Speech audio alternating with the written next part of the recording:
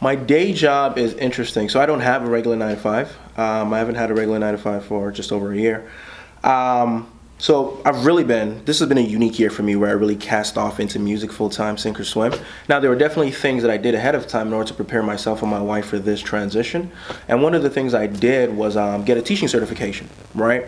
And what that has allowed me to do is to become work in education as a certified educator, a certified teacher. Technically, I can teach grades 7 to 12, general science or biology at the higher high school levels. So what that allows me to do is to really supply teach.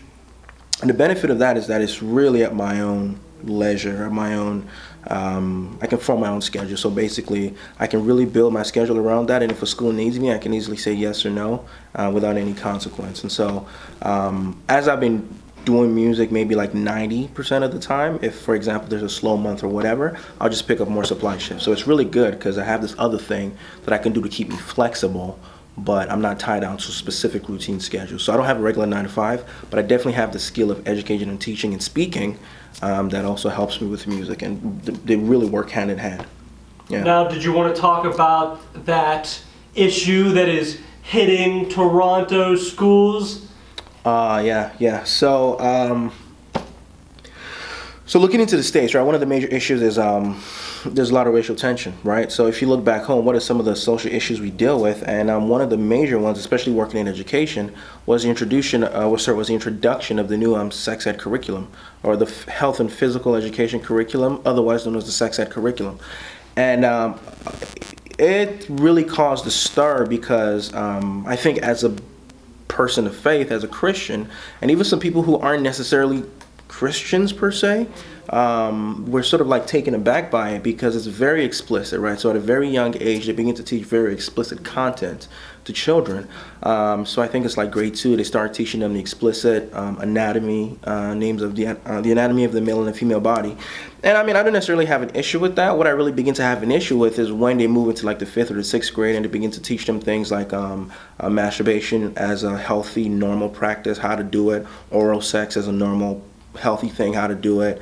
And really just, and then there's also the whole LGBTQ agenda, so transgenderism as being a viable option. And it's kind of like, first of all, as a believer, I don't agree with these things, but more than that, what really upset myself and a lot of parents and a lot of people in the community was the manner in which the government went about it and doing it. There was really like next to no consultation. It was almost, they tried to sneak it past us. And when there was an uproar and they said, listen, you're not consulting the parents about this, what they did was that they essentially selected a hand group of people and sent like a super generic survey that said nothing about what the curriculum was actually going to contain. The curriculum was sealed for a long period of time until just before it was released, so nobody could really see what it was. And then the survey went something to the effect of, how do you feel about your kids being educated about health and sex education in the 21st century? And of course, every parent is going to be like, of course I want them to have updated information, but they didn't actually explicitly say what they were going to start teaching until it was essentially indoctrinated. So that's really been a big issue, especially in education in Toronto, just the introduction of the new sex ed curriculum. And you have a lot of parents fighting to reverse some of the damage that is being done by that. Now, how do you navigate that? Are you still in the education field, and how do you navigate that as a Christian? Yeah, so I'm fortunate that I teach, when I do teach, it's general science and bio. So that curriculum is specifically with gym, health and physical education. So I don't really ever have to teach that. But, I mean, do I come across students who maybe have sexual identity issues in school? It has happened before, and I don't really have a full answer I don't think there's a one-size-fits-all answer on how to deal with situations like that, other than, first of all, I just do a lot of listening, and then see where the conversation leads. You know what I mean? Like, so it's definitely a tricky thing to navigate, but I do a lot of listening, and I'm very limited in terms of what I can say when I'm in a public school, right? But I also do teach in private schools, private Christian schools as well, so that stuff just never comes up there. Got it. Now, you said bio. How do you teach evolution? Right, yeah. I teach it as a course material, right? So this section we're going to be talking about the evolution unit. and as described by your book, this is what happens. So I teach it in a very matter of fact, like this is what the book says. I can't, by law, I'm not allowed to speak on the Christian worldview, so I don't, because I think that's just honoring of my job.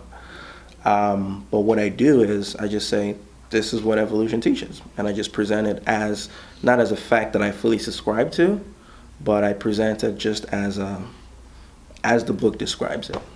So this is what evolution would say about this, and da da da da da da da da da.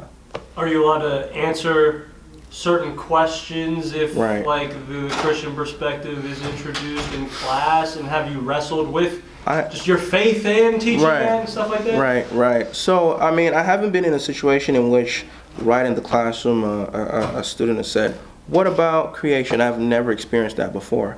But I've definitely experienced, after class, a student coming to me and, for whatever reason, discerned the fact that I was a believer.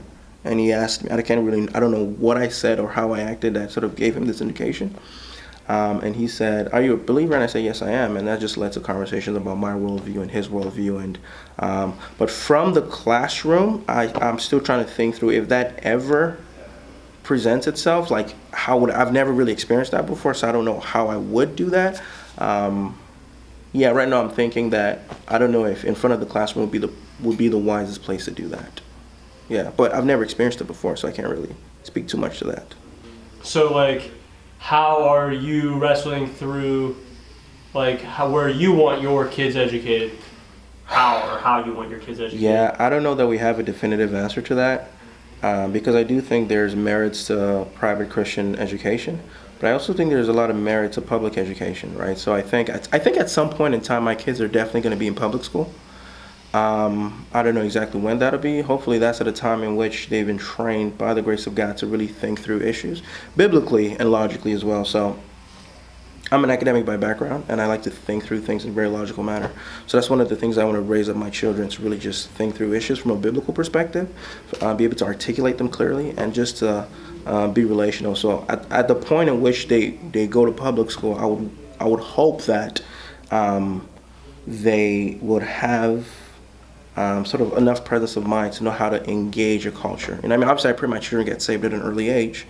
I can't really tell that, but I definitely don't want to fully insulate my children and keep them away from the world. I definitely want them to live in the world and know how to interact with the world and still have healthy relationships with those people who are going to who may disagree with them, you know? So in terms of like the specific progression of now it's going to be homeschool and now it's going to be private school and now it's going to be public school, I don't know yet how that's going to work, but I do know at least at some point in time there's probably going to be some sort of like a mixture of all that in there as my wife and I raise our children.